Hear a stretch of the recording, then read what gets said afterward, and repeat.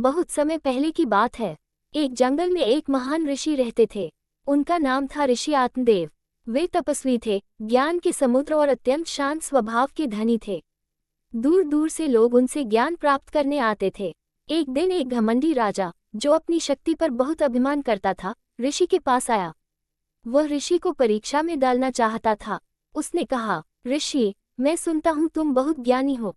मुझे बताओ, मेरे राज्य में सबसे महान कौन है? ऋषि मुस्कुराए और बोले, राजन, यदि आप स्वयं को सबसे महान मानते हैं, तो आप मेरे उत्तर की प्रतीक्षा क्यों कर रहे हैं? राजा को यह सुनकर क्रोध आया। उसने सोचा कि ऋषि उसका अपमान कर रहे हैं। लेकिन ऋषि ने आगे कहा, राजा वही महान होता है जो अपने क्रोध, अहंकार और इच्छाओं पर विजय प्राप्त कर सके। यदि आप इनमें से किसी पर भी नियंत्रण नहीं रखते, तो आपकी शक्ति व्यर्थ है। राजा थोड़ी देर चुप रहा, फिर सिर झुका लिया। उसने महसूस किया कि ऋषि ने उसे सच्चा ज्ञान दिया है। उसने अपने अभिमान को त्याग दिया और ऋषि से आशीर्वाद लेकर चला गया। शिक्षा: इस कहानी से हमें ये सीखने को मिलता है कि असली महानता बाहरी ताकत में नहीं, बल्कि आत्म संयम और विनम्रता में होती है।